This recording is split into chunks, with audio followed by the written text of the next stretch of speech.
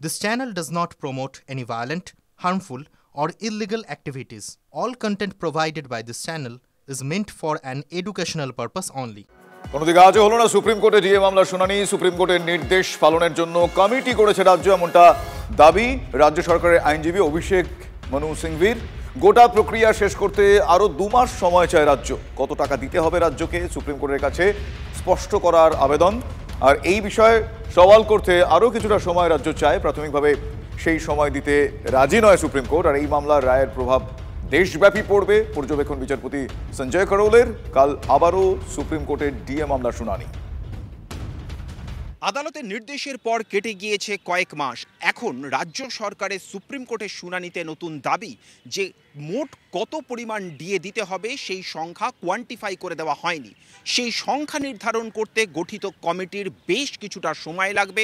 Supreme কোর্টে নতুন করে 2 মাস সময় চাইলেন তারা।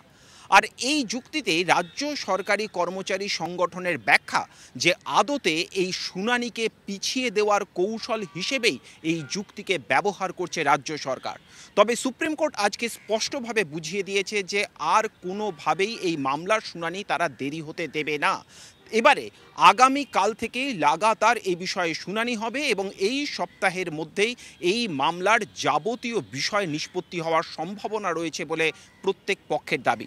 স্বাভাবিকভাবেই ডিএ মামলা এবার চূড়ান্ত পর্যায়ে পৌঁছয় কিনা আমাদের নজর থাকছে সেদিকেই।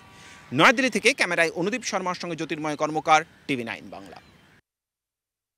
বিচারপতিরা বলেছেন এখন মূল মামলাই শুনে দেবো আমরা কালকে। আজকে শুনতে চাইছিলেন তো ওরা বোধহয় প্রস্তুত ছিলেন না, সেই জন্য সময় চেয়েছেন কালকে হবে শুনানি। চূড়ান্তভাবে দেখা যাক। কোর্ট আইন ঠিক করে দিয়েছে, এখন কোয়ান্টিফাই কে করবেন না করবেন সেটা তো কোর্টের বিষয় নয়। তারা তো কমিটি গঠন করে দিয়েছেন সেই কোয়ান্টিফাই করার জন্য। এসব গপ্প বললেন, দেখা যাক। আসলে ওরা মামলাটা শুনানি করতে চাইছিলেন না। এখন মূল মামলা শুনানি করাটাই আমাদেরও কাম্য ছিল। শুনানি হবে, সেটাই ভালো, চূড়ান্ত সিদ্ধান্ত হয়ে যাবে। সেক্ষেত্রে 100%-এর উপরই এখন অর্ডার হবে, যা হবে। যদি আমরা জিতি 100% দিতে হবে। 41,000 কোনো সময় বলেছেন 42,000 কোটি টাকা খরচা হবে। তাহলে সেই সংখ্যাটা এলো কোথা থেকে যদি কোয়ান্টিফাই না করতে পারবেন?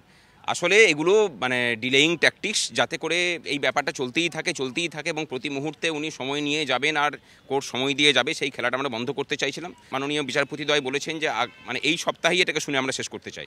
তোমরা কত পার্সেন্ট দেবে না দেবে সেখানের মধ্যে না গিয়ে আমরা এটাকে পুরো সব পক্ষকে শুনে আমরা ব্যাপারটাকে শেষ করতে চাই। আর এখানে মানে ডিলে হবে না। মোটামুটি তার দোরগোড়ায় এসছি। আশা করি যে এই সপ্তাহের মধ্যেই আমাদের জয় হবে।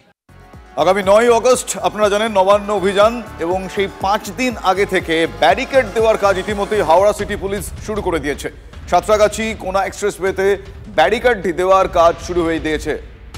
ঢালাই করে বসানো হয়েছে লোহার বিম। একবার সেই ছবি একটু বিস্তারিতভাবে দেখবো এবং জানার চেষ্টা করবো। আমার সহকর্মী এই মুহূর্তে আমার সঙ্গে সুব্রত রয়েছেন। সুব্রত, 5 দিন আগে নবান্ন অভিযানের 5 দিন আগে থেকেই আটকানোর প্রস্তুতির খবর পাওয়া যাচ্ছে। কি দেখছো, কিভাবে এই প্রস্তুতি পর্ব শুরু হয়েছে? দেখো শুভজিৎ, একটা কথা তোমাকে বলে রাখি, এর আগেও বিগত দিনে আমরা বিজেপির নবান্ন অভিযান দেখেছি। সাঁতরাগাছিতে ধুমধুমার কাণ্ড হয়েছিল। ধুমধুমার কাণ্ড কারণ ইট বৃষ্টি থেকে শুরু করে সবকিছুই হয়েছিল এবং সেখানে শুভেন্দু অধিকারী পর্যন্ত এসেছিলেন। এবং বিষয়টা হচ্ছে যে এই 9 তারিখকে কেন্দ্র করে নবান্ন অভিযান আগে থেকেই পুলিশ কিন্তু কোমর বেঁধে নেমেছে এবং হাওড়া সিটি পুলিশের পক্ষ থেকে শুধু সাঁতরাগাছি কোনা এক্সপ্রেসওয়ের ওপর নয়, নবান্নকে ঘিরে আনুষঙ্গিক জায়গাতেও কিন্তু ব্যারিকেড রাখার কাজ আরম্ভ হয়েছে। এখনো পর্যন্ত না পোতা হলেও সাঁতরাগাছি কোনা এক্সপ্রেসওয়ে গর্ত করে বড় বড় লোহার বিম, যেগুলোকে কংক্রিটের মাধ্যমে ঢালাই করে আগে থেকে মজবুত করার ব্যবস্থা করা হচ্ছে। 9 তারিখেই বোঝা যাবে কতটা মজবুত হয়েছে সেই বিম বসানোর কাজ বা ব্যারিকেড করার কাজ। পাশাপাশি কিন্তু তোমাকে বলে রাখবো যে পরপর নবান্ন অভিযান, যাকে কেন্দ্র করে কিন্তু পুলিশ কিন্তু যথেষ্ট চিন্তাশীল এবং তারা কিন্তু কোমর বেঁধে নেমেছে যাতে করে পুরো বিষয়টা সুষ্ঠুভাবে হতে পারে। কিন্তু বিজেপি কর্মী সমর্থকরা যেভাবে নবান্ন অভিযানকে কেন্দ্র করে তারা ক্যাম্পেইন শুরু করেছে, তাতে করে মনেই করা হচ্ছে যে বিজেপির পক্ষ থেকে প্রচুর সংখ্যক মানুষ এই সাঁতরাগাছির দিক থেকে নবান্ন অভিযানে তারা সামিল হবেন এবং তার আগে থেকেই হাওড়া সিটি পুলিশের এই কড়া বন্দোবস্ত। বেশ, ধন্যবাদ সুব্রত। অন্যদিকে এই সংক্রান্ত আরও একটা আপডেট। 9 আগস্ট এই যে নবান্ন অভিযান, সেই নবান্ন অভিযানকে চ্যালেঞ্জ করে মামলা দায়ের। বিচারপতি তীর্থঙ্কর ঘোষের এজলাসে মামলা দায়ের করা হয়েছে।